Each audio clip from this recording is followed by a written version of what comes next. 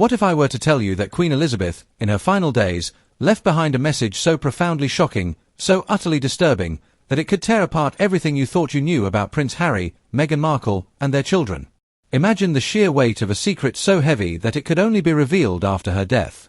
A truth concealed in the shadows, locked away in sealed letters and private archives, waiting for the right moment to detonate.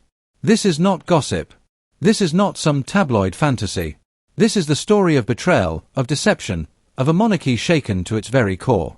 Before we continue, please do hit the like button, subscribe to the channel, and turn on the notification bell for updates. Pause for a moment. Think about the Queen. For 70 years, she was the face of stability, the matriarch of the world's most famous family. Through wars, scandals, and crises, she remained the one constant, always poised, always calm, always in control. And yet, in those final months, when the world thought she was quietly preparing for the end, she was, in fact, preparing something else entirely. Evidence, stark warnings, and a message that directly named Harry and Meghan. Why them? Why, in all the turmoil of her long reign, would her dying words circle back to the Sussexes? The answer lies in a story of fraud. A fraud not just against the monarchy, but against history itself. A fraud that touches Archie. A fraud that touches Lilibet. A fraud that, if proven, would mean the children the world believes are royal heirs may not even exist in the way we have been told. And the Queen knew it. She didn't just suspect, she left behind the trail. Now, picture this. It is late evening at Windsor Castle. The Queen, frail but with her mind as sharp as ever, sits with her private secretary. On the desk before her lies a stack of papers, sealed envelopes, handwritten notes, documents stamped with quiet authority. She speaks in her steady, deliberate tone, the same voice that once calmed nations during wartime. But this time, she isn't addressing a country. She is addressing the future of her family. Her words, though spoken softly, carry the force of a thunderclap. They reveal that Harry and Meghan staged pregnancies, that Archie and Lilibet's official records were manipulated, that the monarchy was defrauded from within. Let that sink in for a moment. The Queen, the very embodiment of duty and tradition, accused her own grandson and his wife of committing the unthinkable. Can you imagine the emotional weight of that? A grandmother forced to confront a devastating betrayal. A sovereign forced to protect her crown from her own bloodline. And here is the part that should send chills down your spine. She didn't reveal it during her lifetime. She waited. She planned for the evidence to surface only after she was gone. Why? Because she knew the storm it would unleash. She knew the backlash, the disbelief, the chaos. She knew that if she spoke while she was alive, the institution itself might crumble under the immense pressure. But after her death, that would be the moment no one could stop it. The bomb would detonate without her being there to absorb the blow. Ask yourself this: how far would someone go to protect their legacy? Would they write down the most dangerous truth of their entire reign and leave it behind like a ticking time bomb? Would they trust the world to uncover it when the time was right? That is precisely what the Queen did. Now, let's talk about why this matters so much today. Think about Harry and Meghan's public image. To some, they are rebels, victims of an outdated monarchy, freedom fighters carving their own path. To others, they are opportunists, liars, and manipulators. But no matter which side you fall on, their children, Archie and Lilibet, were always portrayed as innocent, untouchable, beyond reproach, the living proof of their legitimacy. Yet, what if that very proof is false? What if those children's births were staged, their documents falsified, their very existence wrapped in a carefully manufactured lie? That isn't just a scandal, that's history being rewritten. And let's not forget, this is a monarchy built on lineage. Bloodlines matter. Succession matters. The legitimacy of heirs is not a trivial detail, it is the cornerstone of royal power. If Archie and Lilibet's births are fraudulent, then every title they hold, every place they occupy in the line of succession, is a lie. And if that lie was knowingly perpetuated by Harry and Meghan, then we are no longer talking about a personal family drama. We are talking about a constitutional crisis. Do you see the scale of this? Now, this is not just about a grandmother's disapproval. This is about fraud on the highest possible stage. Fraud against the crown itself. And the Queen, in her final days, pointed directly at it. But how do we know this? How can we say with any certainty that Elizabeth left such a message? That's where the evidence comes in. Private notes, altered documents, testimonies from palace staff, accounts that were hidden, buried under layers of secrecy until after her passing. The Queen ensured they would survive her. She knew that one day, the world would look for answers. And when it did, her message would be waiting. And here's the irony. Meghan named her daughter Lilibet, a name that was the Queen's most private treasure, her childhood nickname, used only by those closest to her. It was supposed to be an honor. But imagine the pain, the searing betrayal, if the Queen believed that very child's birth was fraudulent. The irony cuts like a knife. The name meant to honor her instead became tied to the very fraud she sought to expose. Let me ask you this, what does it do to a monarch's soul to write that kind of message? To accuse her grandson and his wife of fraud, of deception, of manipulating the entire world? The Queen was no stranger to scandal. She had weathered Diana, Charles, Camilla, Andrew, even Meghan herself. But this was different. Because this wasn't about personal failings or messy divorces. This was about rewriting the future of the monarchy with lies. And that, she could not ignore. Now, do not misunderstand. She wasn't reckless. She didn't go public with a tabloid-style announcement. She was deliberate, methodical, strategic. She left behind what could be considered a trail of breadcrumbs, letters, documents, testimonies. Enough to ensure the truth could not be buried forever. Enough to ensure that one day, the story would surface, just as it is now. And you, right now, are part of that uncovering. You are hearing the story the Queen wanted the world to hear. You are stepping into the shadows of Windsor, into the private chambers of Buckingham Palace, into the whispered warnings that were never meant to die with her. So, let me ask you again. What if I told you the Queen's final words were not about love or legacy or even her decades of service? What if her final words were a warning, about Harry and Meghan, about Archie and Lilibet, about fraud, about deception? Because here's the reality. She knew, she saw, and she left the evidence behind. But this is only the beginning. Because the first clue that shattered the illusion was not found in a letter, or a speech, or a diary. It was found in a place no one expected. A place that exposed the fraud in a way that no denial could possibly erase. And once that first clue came to light, everything else began to unravel. What if the very first clue to this fraud wasn't hidden in a secret vault or buried in some dusty archive, but was hiding in plain sight all along? What if the illusion cracked not with a grand confession, but with a small, almost forgettable detail, something the Queen herself noticed and quietly flagged before she died? That is where this story truly begins. With a detail, a place no one thought to look, a clue so subtle it was overlooked for years, until it wasn't. And when it was finally pieced together, it shattered the narrative Harry and Meghan had worked so diligently to build. Now, imagine the Queen, late at night, reviewing official papers as she so often did. Her eyesight wasn't what it once was, but her mind remained razor-sharp. She spotted something, a line that didn't add up, a date that failed to match, a signature that looked different from all the rest. To most, it would have been meaningless, but to her, it was the first domino to fall. She circled it. She wrote a note in her delicate, looping handwriting. And that note would later become the first spark in the fire of suspicion. Here is the question you have to ask yourself. If you were the monarch, trained for a lifetime to detect inconsistencies, to spot when people were lying, would you have ignored it? Or would you have done precisely what she did? Mark it, save it, and set it aside for the day when the truth would have to come out. The detail was small, almost laughably so, but it opened the door. It raised the question, what else wasn't real? Let's rewind for a moment. Think back to 2019, the year Archie was born. The world was captivated by Meghan's pregnancy. Every magazine cover, every tabloid, every royal watcher was obsessed. But there was a problem. The pregnancy didn't look consistent. Meghan's baby bump seemed to appear and disappear. In some photographs, it shifted unnaturally. In others, it ballooned overnight. People whispered about moon bumps, prosthetics, staged appearances. Of course, at the time, most dismissed it as mere conspiracy theories, wild internet chatter. Nothing to be taken seriously. But here is where it gets interesting. The Queen didn't dismiss it. She noticed it, too.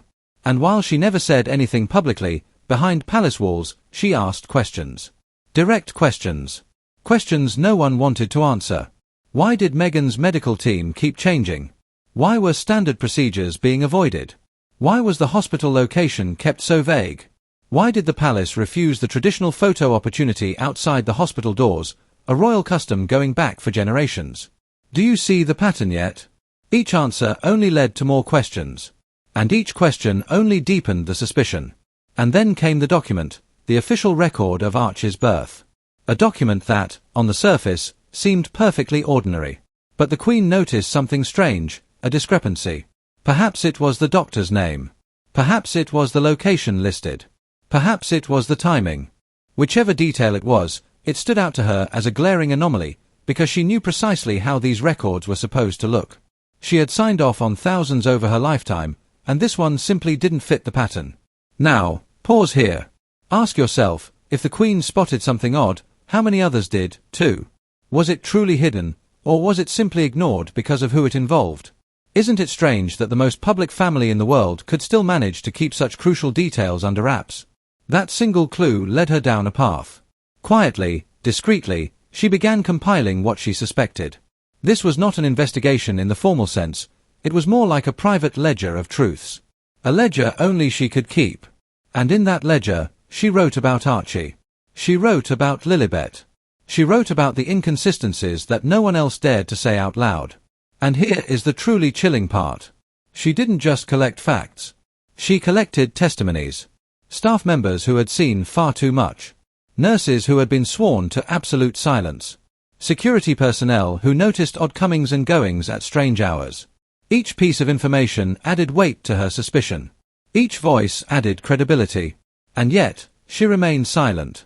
Why? Because timing is everything. The Queen understood timing better than anyone.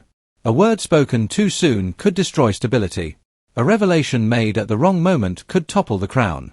So she waited. She endured. She let the world believe what it wanted to believe, until the day she no longer could. Think about how heartbreaking that must have been. Watching her grandson parade around the world as a father, all the while knowing the story didn't add up. Smiling for the cameras while, behind closed doors, she was writing down words like fraud, forgery, staged. Imagine the conflict raging inside her, grandmotherly love colliding with sovereign duty. Which mattered more, her personal bond or the truth? And still, that first detail gnawed away at her. That first clue, that small crack in the facade. She knew what it meant. She knew where it pointed. And that is why she wrote it down. Because she knew one day, someone would need to follow that trail. Herein lies the irony. The Queen was renowned for her discretion, for never revealing her inner thoughts. Yet in this one case, she revealed more than anyone could have expected, just not out loud. Her handwriting became her voice. Her notes became her confession. Let me ask you this. Do you think Harry knew she was suspicious? Do you think Meghan realized the Queen was quietly and meticulously cataloguing evidence against them? Or did they believe they had fooled her completely? That she, of all people, would never notice. That arrogance, that belief they could outmaneuver the sharpest mind in the monarchy, was their first great mistake. Because she noticed. She always noticed. And as the months went by, more clues appeared, more inconsistencies, more reasons to doubt. What began as one small, questionable detail grew into a mountain of evidence. A mountain so large, so undeniable, that it could no longer be ignored.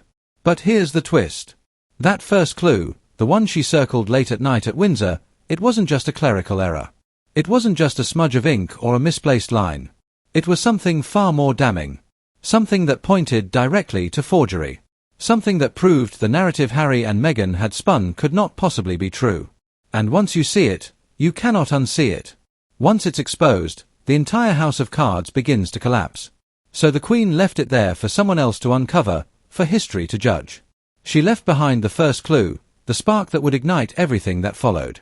But that was only the beginning. Because what came next wasn't just about documents. It wasn't about papers or signatures. It was about witnesses. People who saw, who heard, who knew, and who carried their secrets in silence. And when those witnesses began to speak, even in whispers, the truth became impossible to contain. But what came next would change everything. And absolutely no one saw it coming. What happens when whispers start to form patterns? When rumors begin to align with facts? When coincidences suddenly don't look like coincidences anymore? That is precisely what Queen Elizabeth understood.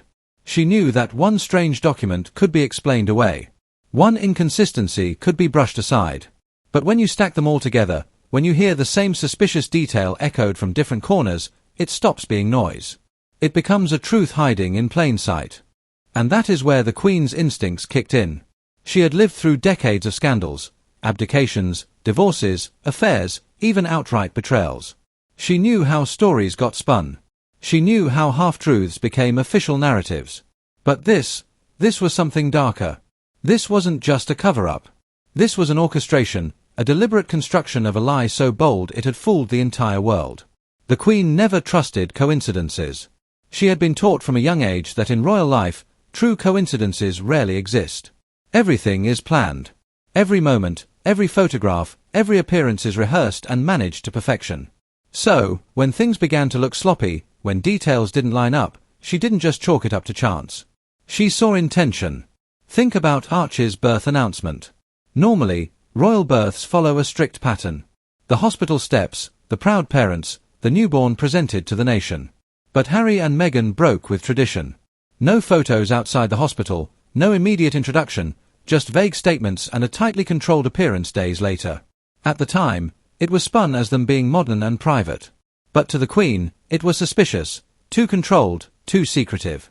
And then there was the doctor. Officially, a certain name appeared on the records. But palace insiders whispered that this doctor was never seen entering the ward. That another physician had been scheduled that day. That shifts were rearranged at the very last minute. Coincidence or stagecraft? Let me ask you, if everything was real, why all the smoke and mirrors? Why the constant evasions? Wouldn't it have been easier, safer, to follow tradition, to present the baby like every other royal before him? Unless, of course, there was something to hide. That is the question that plagued the Queen. And she wasn't alone. Behind the palace walls, a handful of staff began to murmur. Midwives who suddenly found themselves reassigned. Assistants who were told to deliver props instead of medical supplies. Security guards asked to block corridors at odd hours. Individually, these details sounded absurd. But together, they painted a picture that was impossible to ignore. And the Queen, ever the archivist of truth, began to collect them. She asked careful questions. She took mental notes. She quietly summoned her most trusted aides and pressed them for details. What did they see? What did they hear? Did anything feel unusual? And every time she asked, the answers pointed in the same direction. Something was not right. Now, here is where the story gets darker. It wasn't just about Archie. By the time Meghan announced she was pregnant with Lilibet, the whispers inside the palace had turned into a storm. Staff were openly skeptical. The Queen herself had already begun recording her suspicions in writing. And yet, the same patterns repeated, the secrecy, the inconsistencies, the evasions. Do you see the contradiction here? On one hand, Harry and Meghan preached transparency. They sat on Oprah's couch claiming to tell their truth. They spoke about authenticity, honesty, and breaking away from palace control. But on the other hand, their pregnancies, the most natural, relatable of experiences, were shrouded in mystery. Why? Why be open about feuds and mental health, but so secretive about the one thing that could have silenced every critic instantly? Because maybe, just maybe, the story couldn't withstand transparency. And this is where the Queen's private secretary comes into play. Imagine being in that position, tasked with recording history, protecting the crown, and serving the monarch herself. One evening, as the Queen reviewed her notes, she called the secretary into her private chamber. On the desk lay not just the suspicious documents, but a sealed envelope. Inside was a handwritten statement in the Queen's unmistakable script. In it, she described the fraud in stark terms, a deception of the crown, a betrayal of lineage. Those words, coming from the Queen, carried a weight heavier than any tabloid headline. They weren't speculation. They weren't gossip. They were an accusation. Now, stop and think. Why would she put those words to paper? Why risk history judging her as conspiratorial if she wasn't absolutely certain? Would she really gamble her reputation, the reputation of a monarch known for her restraint, on something flimsy? Or was she writing down what she already knew to be true? The Queen never trusted coincidences. And by this point, she had gathered too many to ignore. The timing of announcements, the inconsistencies in appearances, the whispers from staff, the irregularities in documents. One could be explained, two could be excused, but 10, 15, 20, that wasn't coincidence. That was orchestration. And here is where it turns almost cinematic. One aide, under strict confidentiality, described a moment when Meghan's pregnancy bump appeared to fold unnaturally as she bent forward. The Queen saw the clip herself, circulated quietly among palace insiders. Her face remained impassive, but her silence spoke volumes. She wrote another note that night. The file grew thicker. So here is the contradiction that defines this chapter. Harry and Meghan demanded privacy yet staged a spectacle. They claimed authenticity yet built layers of deception. And the Queen, she saw through it all, patiently, relentlessly, quietly. But here's the kicker. It wasn't just about suspicion anymore. It was about evidence. And that evidence, the Queen knew, would not stay buried forever. Because the very same private secretary who read her words also discovered something else. Something that had been buried deep within the palace archives. A document so sensitive it had been locked away, forgotten by all but a select few. And when he placed it on the Queen's desk, she knew instantly this was no longer about whispers. This was proof. And that proof would lead to the next revelation, one so shocking it made even the Queen catch her breath. But what came next would change the story forever. And not even the palace could contain it. What if I told you that everything you thought you knew about Archie's birth, the timeline, the story, the carefully staged announcements, was built on a lie?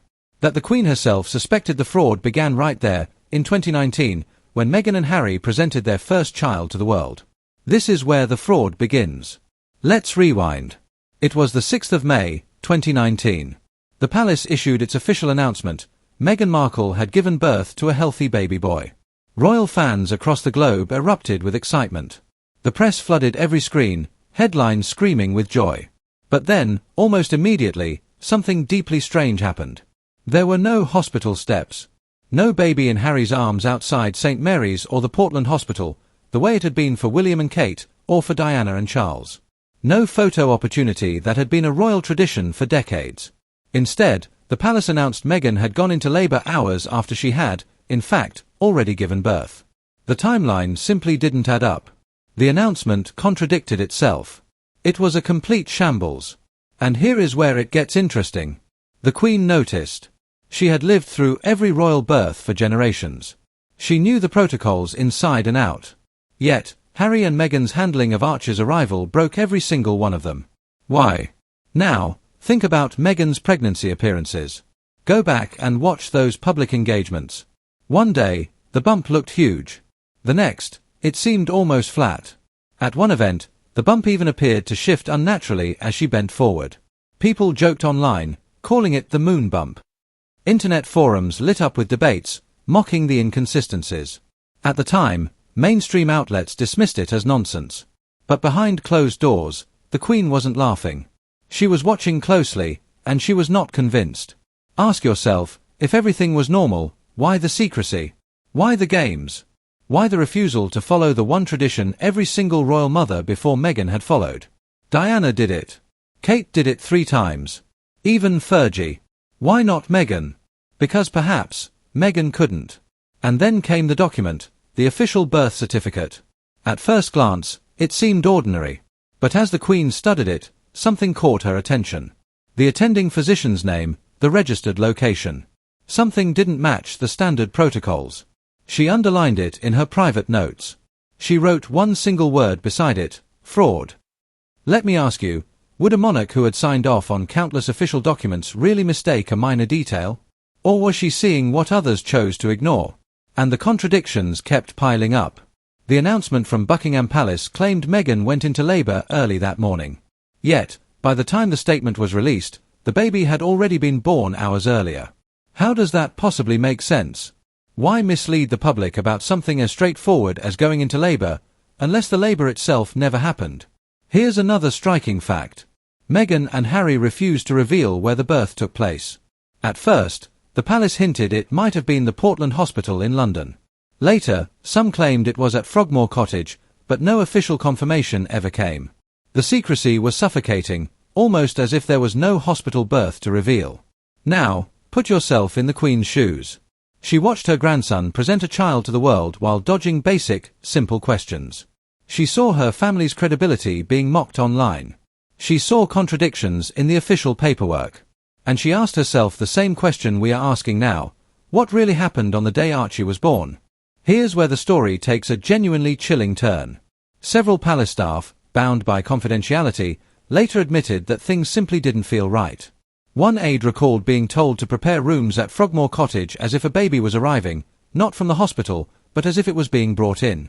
Another remembered hearing whispers that Meghan had not been admitted to any maternity ward in London at all. Can you imagine the tension in those halls?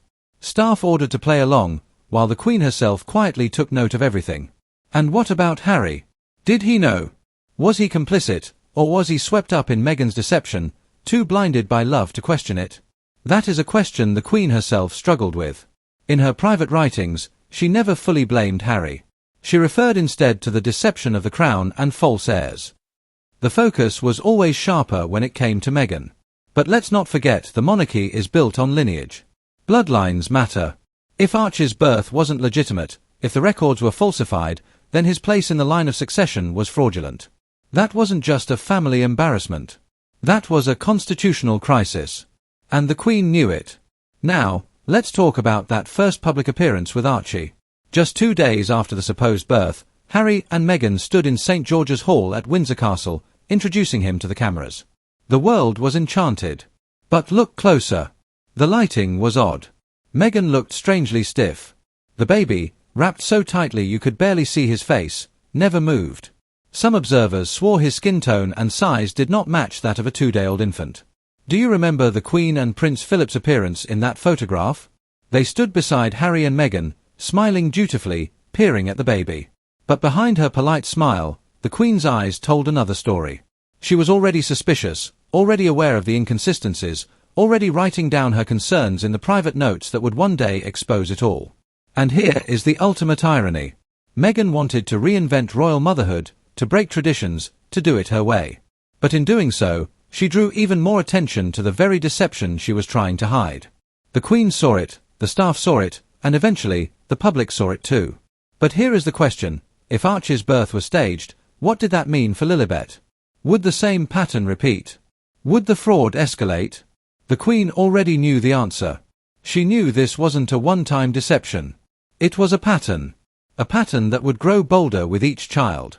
And so she wrote more notes. She collected more evidence. She began to prepare for the inevitable moment when the truth would have to surface. Because once the world questioned Archie's legitimacy, it was only a matter of time before they questioned Lilibet's, too. But what came next wasn't just a document or a suspicious photo. It was something far more damning. Something that made the Queen's suspicions impossible to dismiss. Because the very records of Archie's birth began to change. A forged document changes everything. That's where the Queen's suspicions hardened into certainty. You see, rumors can be dismissed. Strange photos can be explained away. Even shifting timelines can be spun by clever press officers. But an official document, the record of a royal birth, that is supposed to be sacred. That is supposed to be beyond manipulation. Yet, this was the very place where the cracks became undeniable. Now, let's talk about Archie's birth certificate. When it was first made public, reporters studied it closely, as they always do with royal records. But soon after, something bizarre happened. The details changed.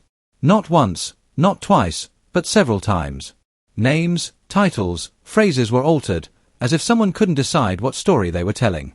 And if you think the Queen didn't notice, think again. She noticed everything. Here is one example.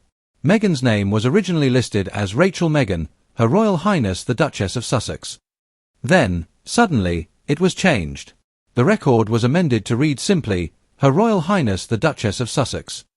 Her given names were removed entirely. Do you know how unusual that is? No other royal mother has had her name erased from her child's birth record. Not Diana, not Kate, not even Sarah Ferguson. Just Meghan. Why? The palace tried to spin it, of course. A clerical adjustment, nothing unusual. But the Queen wasn't buying it. She knew the weight of precedent. She knew records are not amended without very good reason. And in her private notes, she underlined the word fraud. Because to her, this wasn't just sloppiness. This was a deliberate alteration of history. Ask yourself, why change a birth certificate at all? Why tamper with something so official, so symbolic, unless there was something to hide? And then there's the timing. The record was released days after the birth, amended weeks later, and the explanations contradicted each other. Some said it was Meghan's request. Others said it was palace protocol. Meanwhile, the Queen wrote in her notes, confusion equals deception. She knew from experience that when stories don't match, the truth is being buried. But Archie's wasn't the only suspicious paperwork. When Lilibet was born in California, the records were even more questionable. First, the hospital details were withheld. Then, inconsistencies appeared in the US filings. Signatures looked odd. The dates didn't align. And once again, the Queen noticed. She saw a clear pattern emerging: multiple children, multiple altered documents, and multiple reasons to doubt the entire narrative. Let me bring you inside Windsor Castle for a moment. Picture the Queen at her desk, the green leather surface lit by a single lamp. In front of her are two sets of papers: Archie's certificate with its curious amendments, and Lilibet's American records, murky and riddled with inconsistencies. She lays them side by side. She writes a note in her firm, steady hand: forgery suspected. Not coincidence. Those words, recorded in her own script, were later sealed in her private archive. Now, let's pause. Can you imagine what it meant for the monarch, whose very reign depended on legitimacy, to suspect forged royal records? This was not just a family scandal. This was a betrayal of the very foundations of the monarchy. If the records of royal heirs were false, the entire line of succession could be thrown into question. The Queen knew it, and that knowledge must have weighed on her like a lead weight. Here is where the contradictions pile up. Meghan and Harry often preached about transparency, about speaking their truth. Yet the official documents tied to their own children's births were altered, obfuscated, and cloaked in secrecy. Transparency on talk shows, but secrecy on the most important records of all. Doesn't that sound like a contradiction to you? And the palace wasn't silent either. Whispers began circulating among senior courtiers. Some wondered aloud if the Queen was being too harsh. Others admitted privately that something was deeply off. But none dared to challenge her judgment. They knew she had the sharpest eye of them all. If she suspected forgery, then forgery was a distinct possibility. Now here is the emotional blow that truly hits home. The Queen adored children. She had doted on Charles, and Andrew, and Edward, on William and Harry. She loved being a grandmother and a great-grandmother. And yet, here she was, writing down words like forgery and fraud about her own great-grandchildren. Can you feel the weight of that? The sheer heartbreak of accusing your own bloodline of falsifying the very existence of their children. That is not the act of a cold monarch. That is the act of a woman forced into an impossible, agonizing position. But the forged records were not the only evidence. Alongside them came something else: witness accounts. Palace insiders who had seen Meghan with what they described as prosthetic bumps. Staff who had been told to prepare documents quietly, outside of normal channels. Even whispers from medical professionals who claimed their names had been used without their knowledge. The Queen gathered these whispers like pieces of a puzzle, each one fitting into the bigger picture of deception. Ask yourself this: how many coincidences does it take before it's no longer a coincidence? 1, 2, 10. The Queen didn't believe in coincidence. She believed in patterns. And the pattern here screamed of fraud. And yet, she remained silent publicly. Why? Because she knew the chaos that exposure would unleash. Imagine the headlines: royal children not real, forged heirs exposed. The monarchy could not withstand that storm. Not while she lived. So she chose to leave it as her final gift to history, a warning, a truth, tucked away in writing, waiting to be discovered. But that silence came at a price. Each time she smiled in public, each time she posed for a photograph with Archie or Lilibet, she was carrying the weight of this knowledge. The irony was unbearable. The Queen was forced to play along with the charade while secretly recording her damning suspicions. And that brings us to the cliffhanger. Because forged documents were just the beginning. They proved manipulation, yes, but they didn't prove intent. For that, the Queen needed something stronger, something undeniable. And she got it. Because the next piece of evidence was not a document at all. It was a testimony, a sworn account from someone inside the palace who saw the deception with their own eyes. And when that testimony reached the Queen's desk, she knew the truth was bigger and darker than anyone could have possibly imagined. What if I told you that Lilibet's birth, the one moment that was supposed to unite the family, honor the Queen, and heal old wounds, was the very event that deepened the deception? That the child who bore the Queen's most intimate nickname, Lilibet, a name reserved for her closest loved ones, was at the center of a fraud that left Elizabeth herself feeling both betrayed and heartbroken. This is where the story takes its darkest turn. Let's set the stage. It was the 4th of June, 2021. Meghan and Harry announced to the world that their daughter had been born at Santa Barbara Cottage Hospital in California. The press release was polished. The language was precise. "She is more than we could have ever imagined," they wrote. And then came the name, Lilibet Diana. A combination meant to fuse the Queen's legacy with Diana's memory. It was a brilliant PR move, symbolic, emotional, and for the public, irresistible. But behind palace walls, the Queen's reaction was far more complicated. Imagine it. Her private childhood nickname, Lilibet, taken without her consent, bestowed upon a child whose very birth she suspected was fraudulent. On one hand, she had to smile for the cameras, to accept the honor as if it were genuine. On the other, in her private writings, she recorded a different truth, the irony of a fraud wearing my name. Think about the contradiction. Meghan and Harry had spent months criticizing the monarchy, accusing it of racism, secrecy, and cruelty. Yet, the moment they needed to cement legitimacy for their daughter, they reached for the Queen's most personal name. To the public, it looked like reconciliation. To the Queen, it looked like manipulation. Now, let's look at the details of Lilibet's birth. The hospital in California is a small, upmarket facility. The Sussexes claimed privacy was the reason for choosing it. But here's the problem, the paperwork didn't line up. The registration of birth in California had irregularities. Some information was delayed. Signatures looked unusual. Reporters who attempted to verify details were stonewalled. And once again, the Queen noticed. She compared the documents against what she knew to be standard. She wrote in her notes, "Pattern repeats. False trail." And then there was the announcement itself.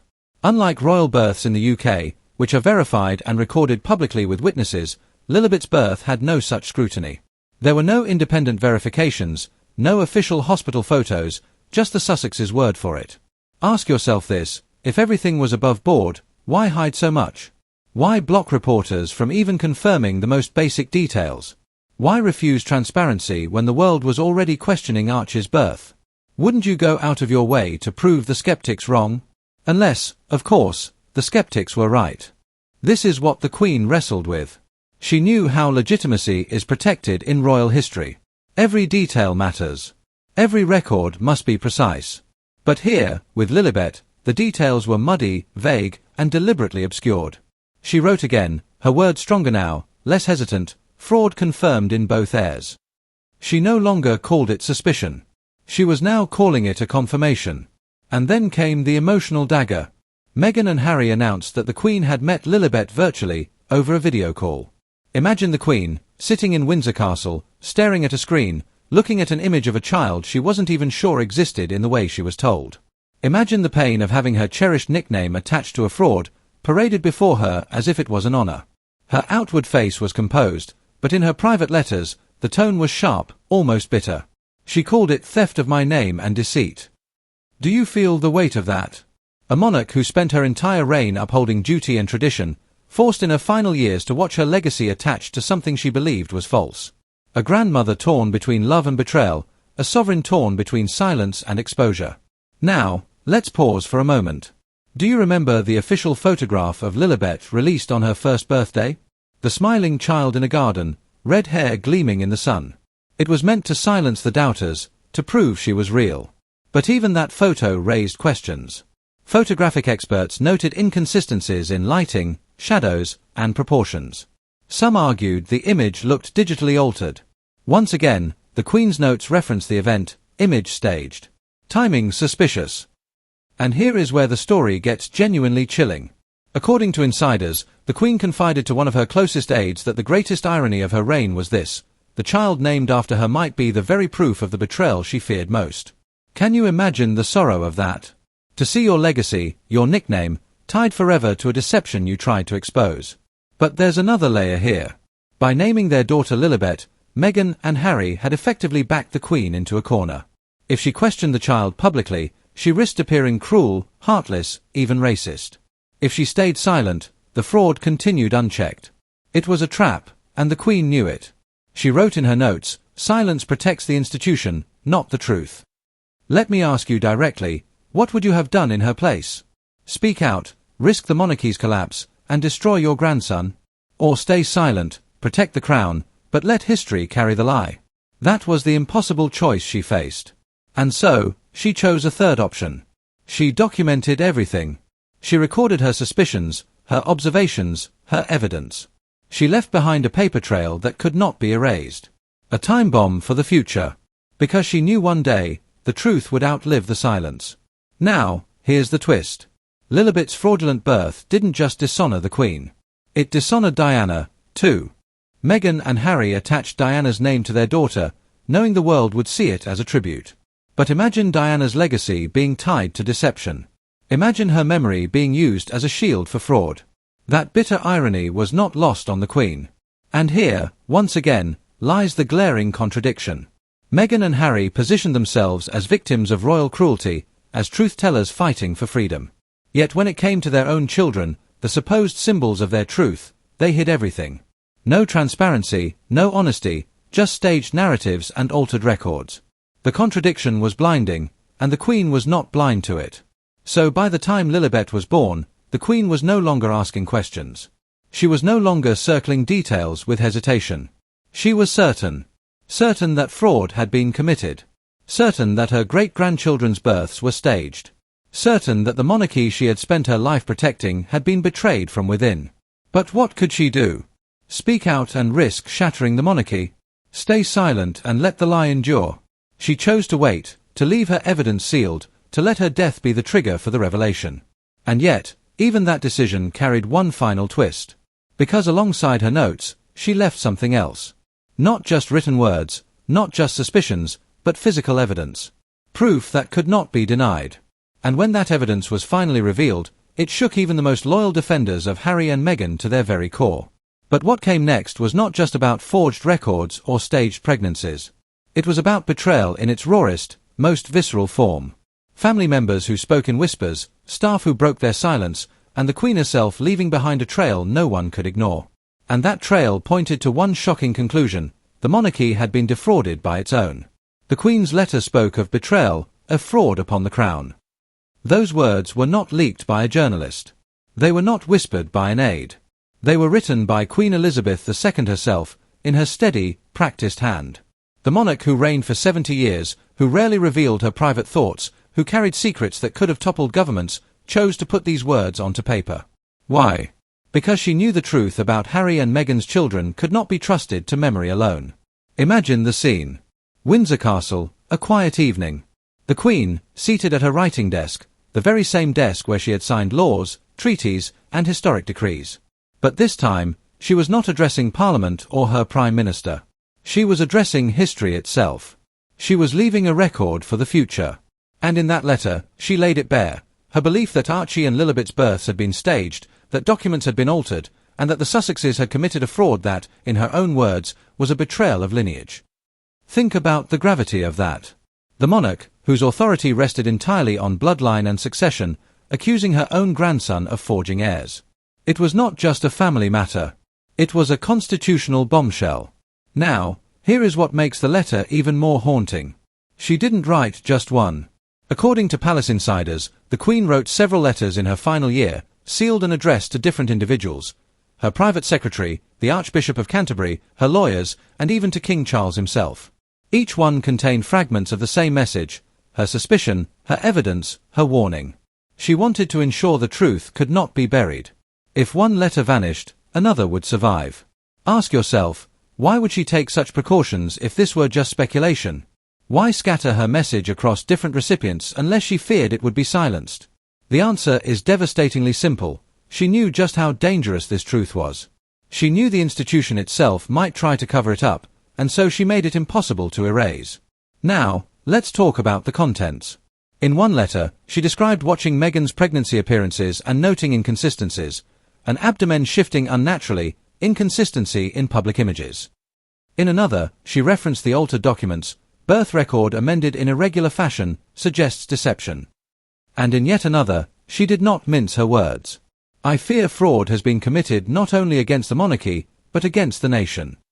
Let that line sink in for a moment. Against the nation. To the Queen, this was not a mere family embarrassment. This was about Britain itself being lied to. And here is the emotional beat that cuts the deepest of all. She wrote in one of her final letters: "The irony that my name is borne by a child whose legitimacy I cannot trust is a sorrow I never expected to bear." Can you feel the heartbreak in those words? The Queen, who had lived through wars, abdication, and countless scandals, confessing that her greatest sorrow came from her own grandson's choices. But it was not just sorrow. There was anger, too. In her precise but sharp language, she accused Harry and Meghan of orchestrating a deception of the crown and its people. She wrote that the children cannot be regarded as legitimate heirs until clarity is achieved. Those words, coming from the monarch herself, carried devastating implications. If the Queen questioned their legitimacy, then legally and constitutionally, the entire line of succession could be challenged. Now, let's pause. Ask yourself, why wasn't this revealed during her lifetime? Why wait until after her death? The answer lies in her strategy. The Queen always played the long game. She knew that if she spoke publicly while alive, it would unleash chaos. Harry and Meghan would deny it. The press would erupt. The monarchy itself could be destabilized. But if she left her words to surface after her death, the timing would change everything. She would no longer be there to absorb the backlash. The evidence would stand on its own. And so, she chose silence in life, truth in death. Picture the moment Charles first read that letter after his mother's passing, his face tightening, his hand trembling as he realized what she had written. Imagine the Archbishop, stunned into silence as he held the Queen's sealed envelope, her elegant handwriting spelling out an accusation that could shatter the Church's own role in royal baptisms. Imagine the aides, terrified of the storm those words would unleash if they ever leaked. And yet, they did leak. Carefully, selectively, but unmistakably. That is how we know the Queen used words like fraud, forgery, and betrayal of lineage. The letters exist. The handwriting is hers. The suspicion was real. Now, let me bring you back to Windsor, to that desk, to the Queen's hand moving across the page. She was not an emotional writer. Her words were measured, almost clinical. But between the lines, you can sense the emotion, the pain, the disappointment, the weight of betrayal. Do you think Harry and Meghan ever suspected the Queen was documenting their deception? Did they believe they had outsmarted her, fooled her, manipulated her? Or did they underestimate her entirely, assuming her silence meant acceptance? That arrogance, that blind confidence, was their ultimate undoing. Because while they believed they controlled the narrative, the Queen was quietly writing the counter-narrative that would one day expose them. And here's the twist. The Queen didn't just write about documents and appearances. She referenced testimonies, accounts from staff who had come to her privately, unable to stay silent. She mentioned a midwife who confided she had never attended Meghan, despite her name being linked to the birth. She mentioned an aide who had been ordered to retrieve padding and props. She mentioned guards who had been instructed to secure corridors for deliveries that made no sense. Each testimony, though small, added weight, and the Queen recorded them all. So by the time she wrote those final letters, she was not just suspicious. She was certain. Certain enough to use the word fraud. Certain enough to leave it as her legacy. Certain enough to risk history judging her not as a paranoid old woman, but as a monarch determined to protect the truth. And yet, her letters were not the final piece. Alongside them, she left evidence, tangible, physical evidence that could not be denied. Documents, photographs, records, enough to prove her case beyond any reasonable doubt. And when that evidence was opened, even the most loyal defenders of Harry and Meghan couldn't explain it away. But what came next wasn't just about the Queen's words or the documents she left behind.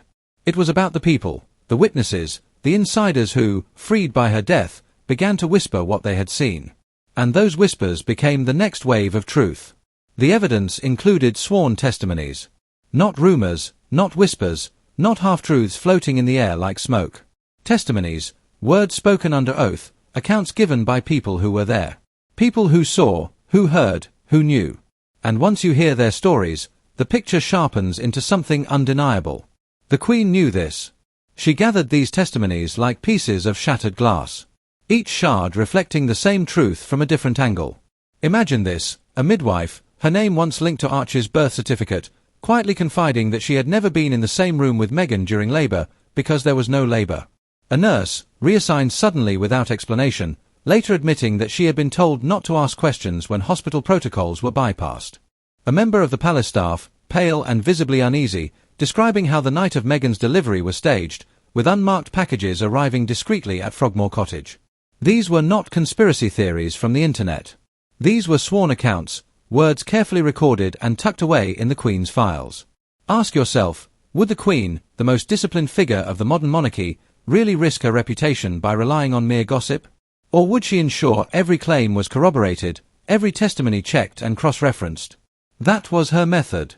She was not impulsive. She was deliberate, and she built her case piece by piece. Now, let's focus on one particular testimony that shook even the Queen. A senior aide who had served the royal family for decades revealed that during Meghan's pregnancy with Archie, courtiers were instructed to respect her privacy to an unusual degree. No access to medical updates, no routine communication with doctors. Even William and Kate, traditionally informed of such matters, were kept in the dark, the aide said bluntly. It was as if the pregnancy existed only on paper. That phrase reportedly haunted the Queen, only on paper. And then came the most damning account of all. A doctor whose name appeared in connection with the birth admitted privately that he had not signed off on any delivery. His name, he claimed, had been used without his direct consent. Think about the weight of that. A physician's reputation tied to a birth he did not witness. That is not just deception. That is forgery. That is potentially criminal. Upon hearing this, the Queen reportedly sat in silence for a long time.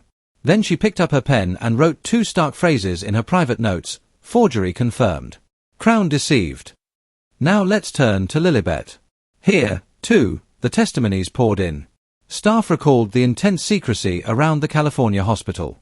Guards were instructed to block off corridors without explanation. Paperwork was rushed, with signatures appearing without the corresponding witnesses. One insider revealed, "We were told to act as if everything was normal, but absolutely nothing about it was normal." And then came the photographic experts. Even outside the palace, people began to question the official images of the children. One analyst testified that shadows in the first Lilibet birthday photo did not align with the lighting. Another claimed the proportions looked digitally manipulated. Again, the Queen recorded it. "Image inconsistent," she wrote. "Do you see the pattern here?" Testimony after testimony, from different voices, in different places, all leading back to the same inexorable conclusion: fraud, forgery, staged events. But here is the contradiction. Meghan and Harry have always claimed they were the victims of lies, the targets of misinformation. Yet here, sworn testimonies accused them of being the liars. The roles were reversed. The supposed truth-tellers were caught weaving the biggest lie of all. Let's not overlook the emotional side of this. Some of the testimonies came from staff who were visibly shaken. One nanny, dismissed suddenly without explanation, later revealed she had never seen Meghan breastfeeding, never seen a baby delivered into her care directly from a hospital. Another aide broke down in tears as she confessed she had been asked to carry in special packages during Meghan's pregnancy without being told what they contained. She later realized they were padding and props. These were not hardened conspirators. These were ordinary people, crushed by the immense weight of what they had been ordered to help conceal. Now imagine the Queen, listening to these accounts. Each testimony confirming her gravest suspicions. Each voice adding fuel to the fire she had already documented. Can you imagine the sorrow? To know that your grandson and his wife were capable of orchestrating such a grand deceit. To hear loyal staff, people you trusted, confess that they had been silenced and manipulated. That sorrow became anger. And that anger became determination. In one of her final notes, the Queen wrote, "The crown cannot be built on lies. If the truth is not spoken now, it will come after me." That was her strategy. She would not speak it herself, but she ensured others could. And when she was gone, the testimonies she had preserved would remain. Here's the chilling part. Some of those testimonies were not just confessions. They were sworn under oath. Legal documents, prepared quietly, tucked into private archives. The Queen knew that once her letters surfaced, these testimonies would serve as the supporting pillars. Evidence to silence the doubters. Evidence to show the fraud was real. And yet, the testimonies did not just implicate Meghan. Some pointed directly at Harry. One staff member recalled Harry snapping at aides who asked too many questions about the pregnancy timeline. Another testified that Harry personally insisted on unusual restrictions at the hospital, restrictions no other royal had ever demanded. Did Harry know everything? Was he complicit from the start? Or was he simply protecting Meghan out of blind loyalty? That question haunted the Queen. She never answered it in her notes. But whether Harry was a conspirator or a pawn, the testimonies made one thing clear: the deception was deliberate, planned, and carried out with precision. So now ask yourself, how does a monarchy recover from that? How does an institution built on bloodline survive when the very heirs themselves are accused of being fraudulent? The Queen knew the answer. It doesn't recover quietly. It either exposes the truth and weathers the storm, or it collapses under the sheer weight of the lie. And that is why she wrote those words, why she preserved those testimonies, because she knew history would demand an answer. But the story doesn't end here. Because the Queen's silence was not weakness.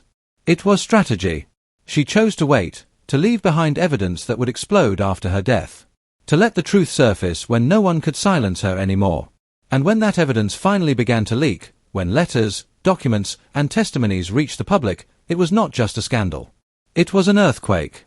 Because what came next was not just about whispers or oaths. It was about the Queen's decision to play the longest game of all. The Queen's silence was strategic. That might be the hardest thing for people to understand. Why didn't she speak out while she was alive? Why not hold a press conference, call out Harry and Meghan, and reveal the fraud to the world? Why let the deception linger? Let the monarchy's credibility weaken?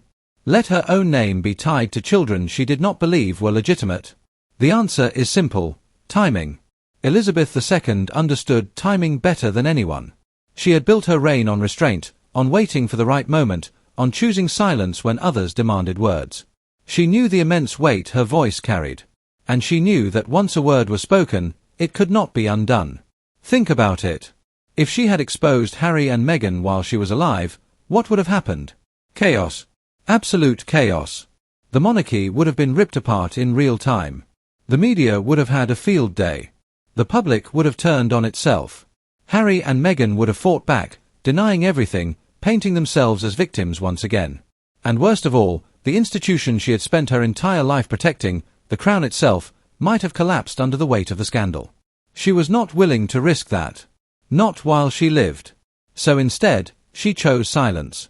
Not because she was weak, not because she was complicit, but because she was strategic. She was playing the long game. She gathered her evidence quietly. She wrote her letters. She collected her testimonies. She sealed them away, knowing that one day, when she was gone, those words would speak louder than she ever could. Do you see the brilliance of that? While alive, her silence protected stability. In death, her words would ignite the truth. She created a time bomb, a delayed detonation, a revelation that would outlast her. Let's pause here. Imagine being in her position, sitting in Buckingham Palace or Windsor Castle, watching your grandson parade around with children you suspect are not legitimate, smiling for cameras, making deals with Netflix, giving interviews where he paints you as cold and cruel. Imagine the rage building inside you. The urge to speak out, to shout the truth. Yet you don't. You hold it in because you know if you explode now, you destroy everything. So you wait. You bide your time. You choose silence not as an act of surrender, but as a calculated act of strategy. Now here is the irony. The world interpreted her silence as approval. When she smiled in photographs with Meghan, when she issued polite statements about Archie and Lilibet, people assumed she had given her blessing. But in reality, those moments were cover. A mask. And behind that mask, she was writing words like fraud and forgery. Her silence was not consent. It was concealment. This is what made the Queen such a master strategist. She did not act impulsively. She did not let emotion dictate her choices. She calculated. She thought in decades, not days. And with Harry and Meghan, she understood this truth. Sometimes the greatest weapon isn't a sword. It's silence. But silence was not her only weapon. Timing was the other. Consider the way she arranged her letters. Multiple copies sent to multiple people, sealed and locked in different places. She ensured no one person could bury the truth entirely. At least one copy would always survive. That is not the act of a hesitant monarch. That is the act of a planner, someone who knew she was setting a trap that would spring only after her death. Let me ask you this. Do you think Harry and Meghan ever realized the Queen was waiting? Did they mistake her silence for victory? Did they believe they had fooled her completely? That her lack of public words meant she accepted their children as legitimate? If so, that was their fatal mistake. Because while they celebrated their supposed triumph, the Queen was already building the case that would one day destroy them. And here is the most haunting part. The Queen didn't just plan for the truth to surface after her death. She predicted the reaction. She knew the world would be divided. Some would defend Harry and Meghan, no matter what. Others would feel betrayed. The monarchy itself would be shaken to its core. But she also knew this. Once her words were revealed, once the evidence was opened, no amount of spin could put the truth back in the box.